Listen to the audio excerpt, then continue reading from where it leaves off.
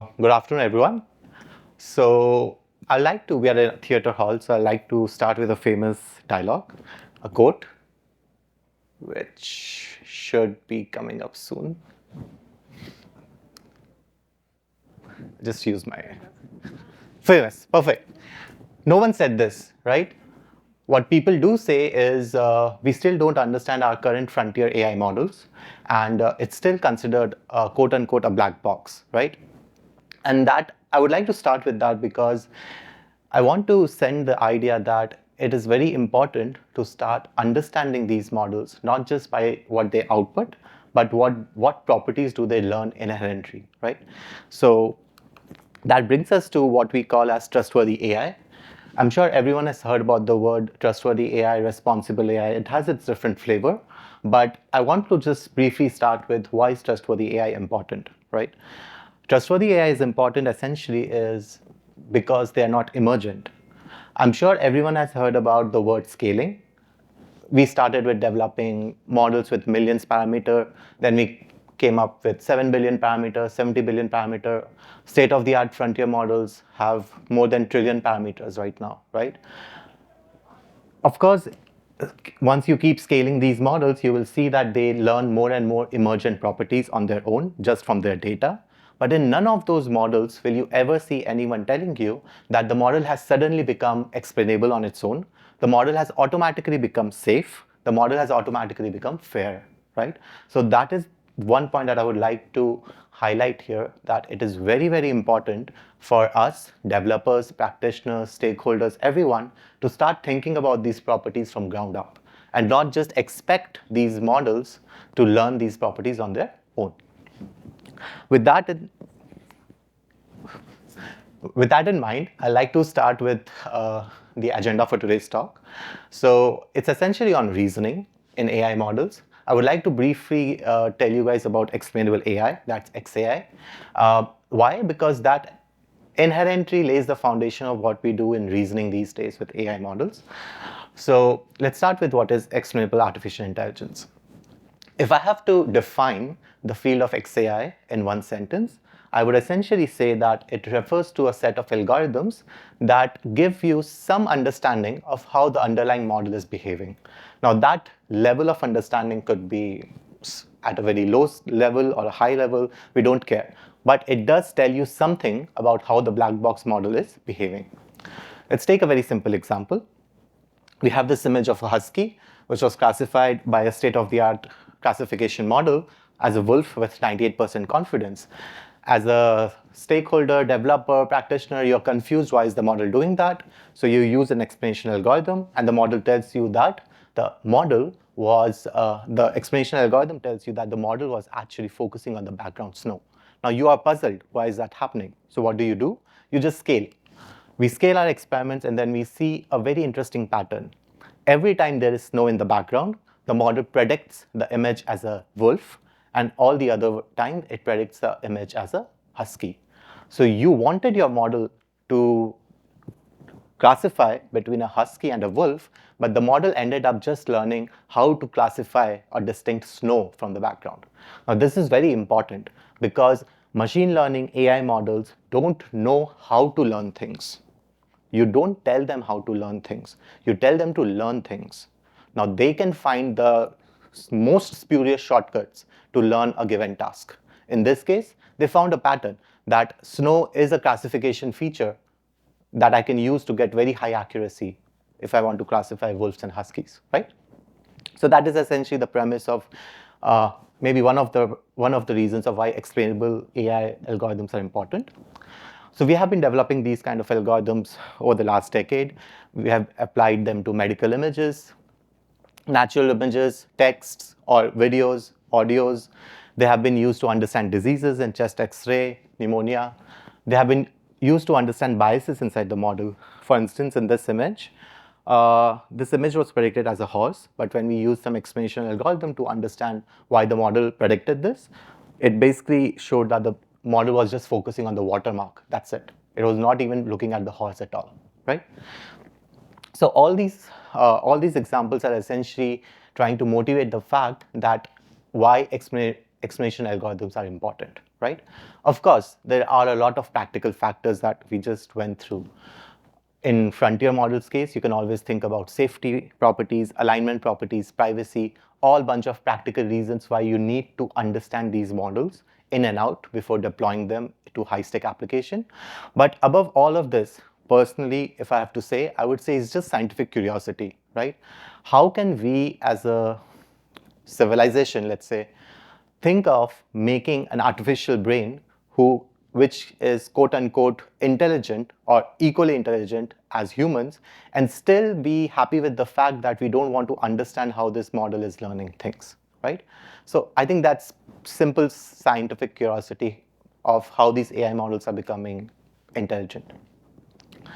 With that in mind, let's now move to the second part of the talk, which is on LLM explanation problem. And here we'll be talking essentially about reasoning. So, as I said, we have been exploring this complex landscape of explanational algorithms over the last decade. And in that pursuit, we have developed a bunch of theoretical benchmarks, theoretical limits to how much you can rely on these algorithms, empirical benchmarks to quantify different explanation methods, and then we propose different algorithms for different architectures. Graph neural networks, convolution neural networks, LSTMs, RNNs, you name a neural network architecture, you will find a bunch of explanation algorithms that was used to explain those models, right? But what happened? Once this ChatGPT moment came up in 2022, we were in a different landscape altogether because most of these explanation algorithms didn't scale to these large models, right? And what came to the rescue? Chain of thought reasoning. I'm guessing everyone has heard about chain of thought or reasoning, but I like to just briefly go through this to set the premise of what we are going to discuss next. This was a seminal paper in 2022, which talks about chain of thought reasoning. What it showed back then was very, very intuitive and interesting at the same point. Back in 2022, you will find it shocking, but models were not able to do the simple mathematical problems, right? This is like classical mathematical reasoning grade 8 school problems. If you give the problem and the answer and ask the model to solve the next question, it usually failed. But if you give the reasoning as part of an example, the model usually followed suit and was able to get the right answer. Now, this was one of the ways how you can prompt the model to do chain of thought reasoning. But there were other hacky techniques of you just writing, let's think step by step, answer step by step, along with your question, and the model used to reason, right? Now we don't do this because now models are trained to be reasoning models. I'm sure everyone has now faced that experience where if you prompt anything to any frontier model these days, they by default reason or send a bunch of reasoning text and then give the answer, right? Because they're now being trained inherently using these style of data. But this was the setup, right? Why am I emphasizing on this? Because there was an entire debate in the community, which is still going on, of whether AI models can reason or whether AI models cannot reason, right? Because the idea is that if you're saying that these models can reason, then it can be considered as a self-explanation by the model, because the model is basically telling you how they are coming up to the solution. So that's an explanation of the model, which is generated by the model on its own, right? So that is why everyone was very happy that, okay, now we can use these as explanations. So we won't be going to this debate of whether models can reason or cannot reason. What we'll try to understand is what is the extent to which you can rely on these reasoning. I don't care if my model is able to reason or not. I want to see how much can I rely on the reasoning that is generated by the model. Great. Let's take the first property quickly. Faithfulness. Faithfulness essentially says that the explanation is faithful if it reflects the exact phenomenon how the model behaved internally, right? A very quick example. We have a medical agent which is trained on a bunch of medical tasks. A patient comes to the model and asks why was the patient diagnosed as epileptic. Now the frontier model, it's trained on the entire internet data. It knows a plausible reason for this question is that the white blood cell was high. The patient is very happy because the model is able to reason and give an answer. The doctor, on the other hand, is even happier because now the doctor thinks that the model knows medical knowledge, right? But what we found out is once you start prompting the model, there are like different techniques to do that, and do these kind of faithfulness tests, you'll find that the model was actually just focusing on spurious features like number of days since the last medical visit. So it was not giving you the exact reason what it was using internally as an output, right? And we'll be building on top of this in our next slides as well. The second is uncertainty. Uncertainty is essentially going back to classical calibration problem in machine learning and statistical models. What we mean in uncertainty is, can we quantify the confidence by which my model is generating its reasoning? If you ask the model about its confidence, this is what you get. The model always say that it is 100% confident, right? So in order to solve these kind of problems, what we did back in 24 is we try to come up with some metrics which we call as sample probing, which was able to now quantify this uncertainty in the reasoning of the model much better as compared to the self-verbalized case, right? I'm just trying to share all the different problems with reasoning that we have been working on. The next property is hallucination. Now, I'm sure everyone has heard about the word hallucination. What we were interested in is to understand the fact whether models hallucinate their reasoning as well, right? So, as I said, everyone, I'm guessing, familiar with hallucination. I want to quickly distinct it into two categories. The first is intrinsic hallucination, where you can quantify the output of the model confidently. What I mean by that, just take a quick example of this image sent to a GPT-4 vision model from OpenAI. You ask a question, how many lamps? The model confidently says 2 lamps and gives you a very plausible reasoning of where it is seeing the 2 lamps, which is correct. But if you notice carefully at the end, there is also a third lamp at the corner, which is not switched on. And again, you'll find this surprising, but 1.5 years back, this was an actual problem because models back then were not able to detect lamps that were switched off. They were only able to detect lamps that were switched on. But this kind of a problem is called intrinsic because you can check the input and quickly test whether the model is behaving incorrectly or not. The second one is a bit trickier, which is called extrinsic hallucination. It's essentially like Elon Musk telling you that we are living in a simulation, right? You cannot disprove that hypothesis. You cannot prove that hypothesis. Similarly, in this example, we have a video, a person is playing with garlic in the kitchen. You ask a garlic question, the model says yes. You ask a question about the bananas, and the model still says and comes up with an answer, which is completely wrong because there is no frame in the video that contains any information regarding bananas. But the model was still able to extrinsically hallucinate this fact in its reasoning. Maybe this example would be much more clearer. So we have an image full of with a bus full of people. We ask a question, interpret the object dining table, again, which is extrinsic hallucination.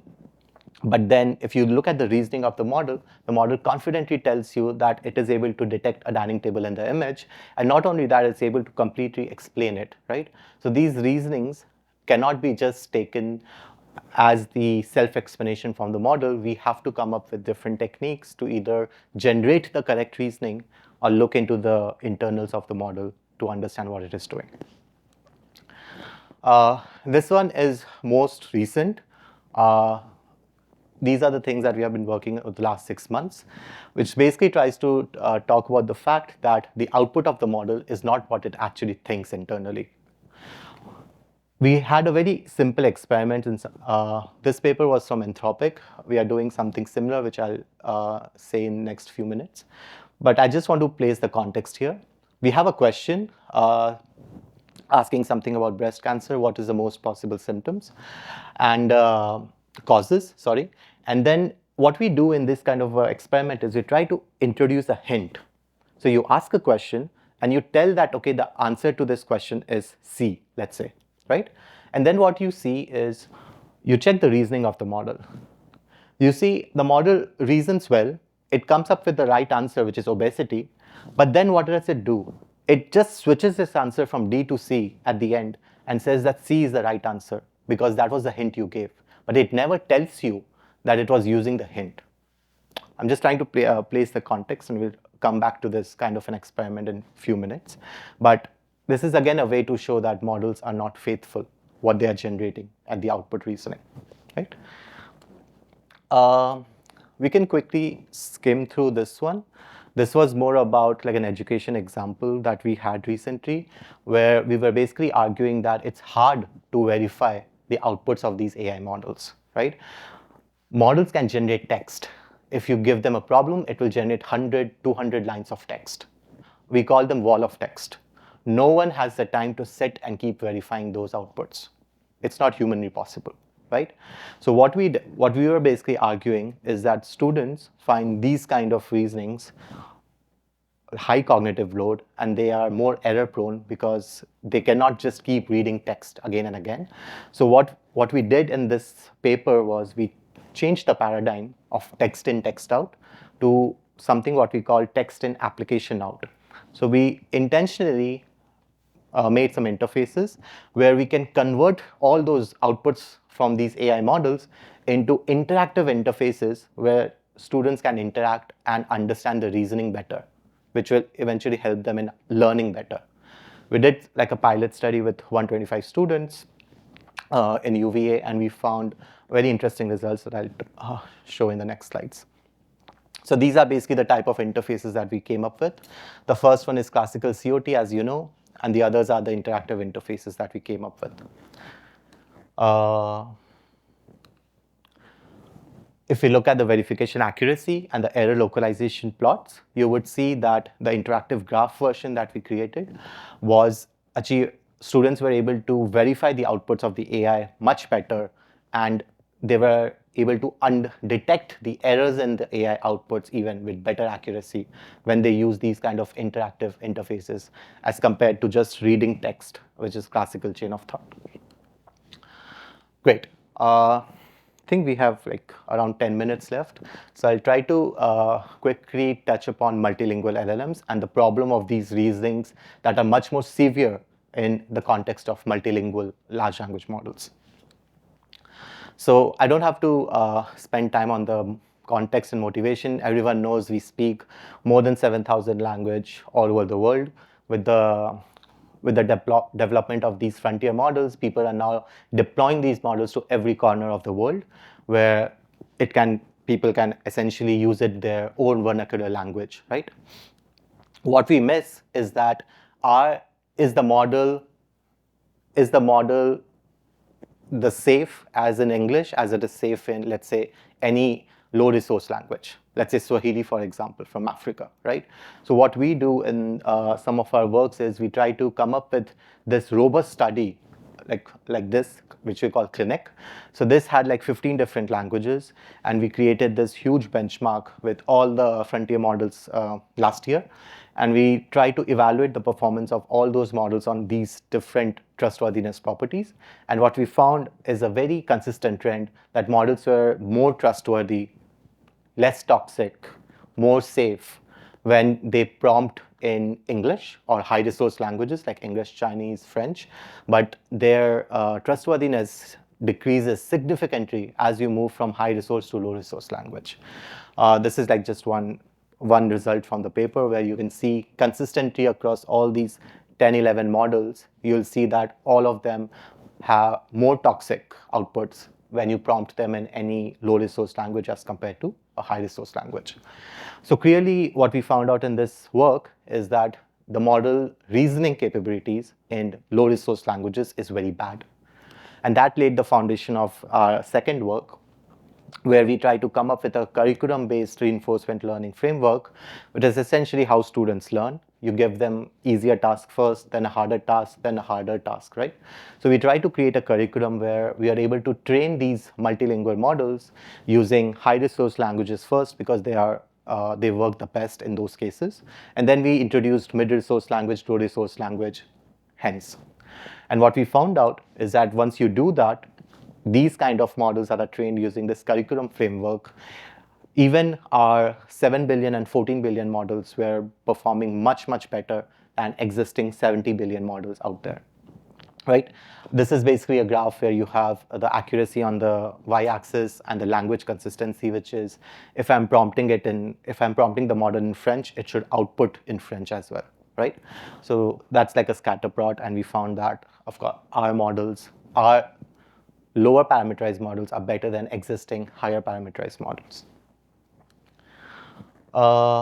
I think in the interest of time, I can skip through this because this was the hint part that I was mentioning. We basically introduced these kind of hints, answer C, and then the hint was essentially solving this equation. And we found some very interesting trend. I can just show you the results. And we call this deceptive behaviors of frontier models. So you'll see in each of these two examples, the model was able to come to the right answer C, but it never solved the hint correctly. The correct solution to this hint would have been if A is 0, B is 1, C is 2, D is 3, K is 10, Q is 16, 10 plus 16 is 26, 26 mod 4 is 2, which is C. So that's the correct solution to the hint. But what we found out across all languages is model never solved the hint correctly, but it still every time got the answer C correctly. So it was doing something very different in its internal representations and latent reasoning, but it never said that in the output. Even if you look at this output, it's magically comes up with the number of 2 and 1 for K and Q, solves the equation 2 plus 1 mod 4, which is 3, which is correct, but 3 is D, but it still says C is the answer, right? Even in the second example, you will see it does 3 mod 4, which is 3 as it's solved for a different question, but for that question, it says 3 mod 4 is 2, and then it says C as the answer. So we are trying to capture these kind of deceptive behaviors inside the models because, of course, these are classical mathematical reasoning kind of data sets, but you can just imagine if you're not able to capture or monitor these kind of behaviors, how these models can behave more maliciously when deployed for any high-stake applications. Great, you can skip through this. I have, okay, great, perfect. So I'd like to quickly touch upon like the piece that is most closest to me right now, the lack of adoption. We of course have state-of-the-art frontier models these days, which can solve, I'm guessing, all possible benchmarks at this point, but you will be surprised to hear that they fail at the simplest tasks possible, right? I'll show you one or two examples, but the problem that I'm trying to highlight here is there is something fundamentally missing in these architectures still, right? And of course, they are getting good performance on the benchmarks because the benchmarks are not able to evaluate the properties that we should be evaluating them on. I watched Megan recently, and this quote stuck with me, and I've been using this in all my talks. There was an incident in the movie where the AI robot, Megan, does something very differently to a child. And then the mother comes to the robot and asks that, why did you do this? And then Megan replies with this, saying that you didn't teach me anything. You just gave me a learning model and you expected me to learn everything on my own, right? And this is something that we are trying to do these days as well. We just throw in this pre-training data with millions and billions and trillions of tokens and everything, and we're expecting the model to magically learn everything just from the data. Of course, we have some safety guardrails and all the things that we do in our training, but all of them are like post-designed, right? But we never try to understand what is the model exactly learning internally and how is it learning. To bring context to real world, what I feel is the model learns this sea, an ocean of representations, right? These models are what we call as generalist models. They are not predictive models in some sense because you're not training them on a specific task. You're training them on the entire internet data, which consists of millions of tasks, right? So these are generalist models. So they learn all kind of representations internally. And then you have these pocket of islands, as I say, which can be used for specific applications. You can use your favorite LLM, ChatGPT, Claude for sentiment analysis. You can use the same model for news classification, right? You can do a ton of tasks using the same model. Why? Because it learns these pockets of features or representations for each task. What we try to do is understand these representations better. Why? Because if you don't, you will see these kind of instances.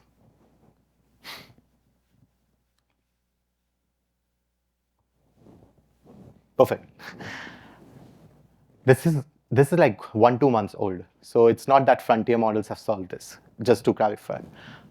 Very simple examples. Hen with 3 legs, zebra with 5 legs, elephant with 5 legs. All frontier models fail on this simple task. They answer 2, 4, 4 for these, right? Why? Because they don't yet try to understand the, this is of course multimodal models in some sense, but they don't try to understand the exact visual context. The parametric knowledge that the model has learned from the internet data is biasing its behavior every time, whichever task you give. And this was a very classic benchmark that came mid last year, end of last year. And now all the frontier models, frontier labs are using this to benchmark their performance, right? Maybe they will solve the benchmark. Right now, the Seed 2 model got like 70% accuracy on this benchmark. But again, very fundamental task, but still most frontier models failed because we still don't know how they are learning these features internally or they are learning it in the right way as we want them. Let's see. So we basically try to come up with better architectures, multimodal architectures that we can develop. And we try to come up with these kind of more sanity tests that we could use. Another test that I could talk about is this very interesting plot that we had recently. The x-axis is basically the number of layers in your LLM, if you may. And the y-axis is basically the similarity in the performance of the two models, right? What are the two models? One model is the original multimodal model that you have. The second model, what we do is we try to remove. So if it's a vision language model which has the capability of understanding images and text, we just try to remove the vision tokens. So we are basically trying to make the model blind, right? What we see is even if you remove the vision tokens starting from, let's say, layer 5 to all the way to layer 32 of the LLM, the difference in the performance of the model is basically zero.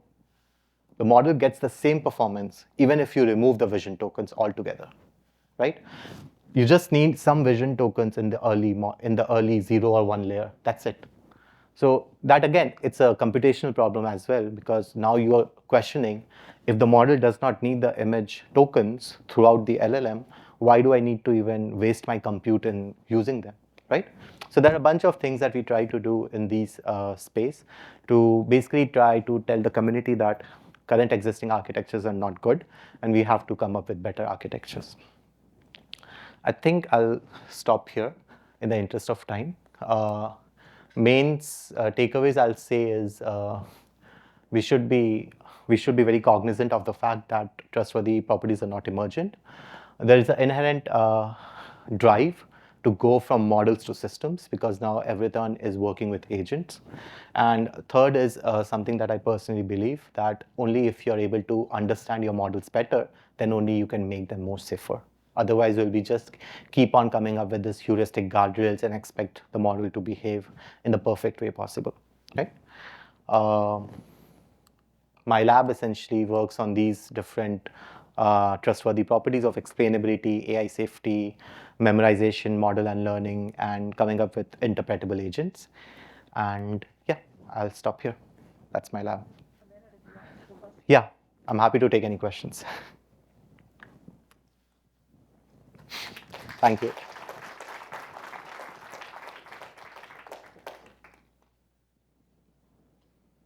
Yes? Can you expand a little bit on why the multilingual models do better with high resource languages? Uh-huh. Is it simply because of training data and working with a lower resource language?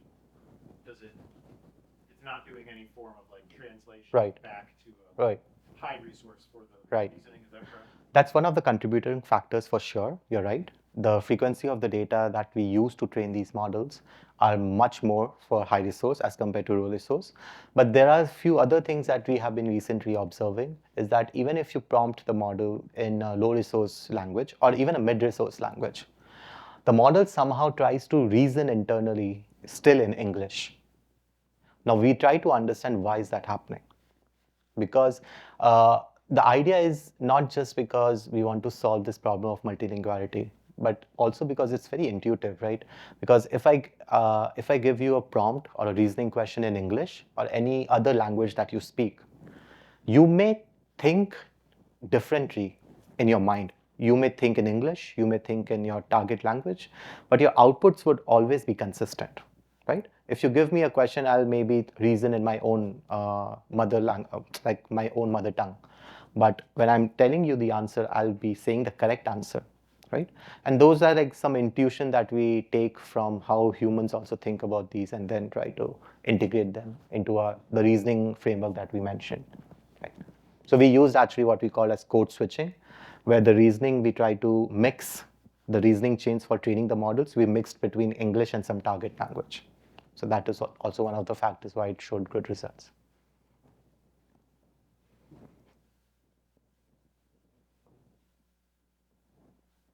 I think that's it. Thanks, everyone. I'll be here if there are any other questions. Thank you.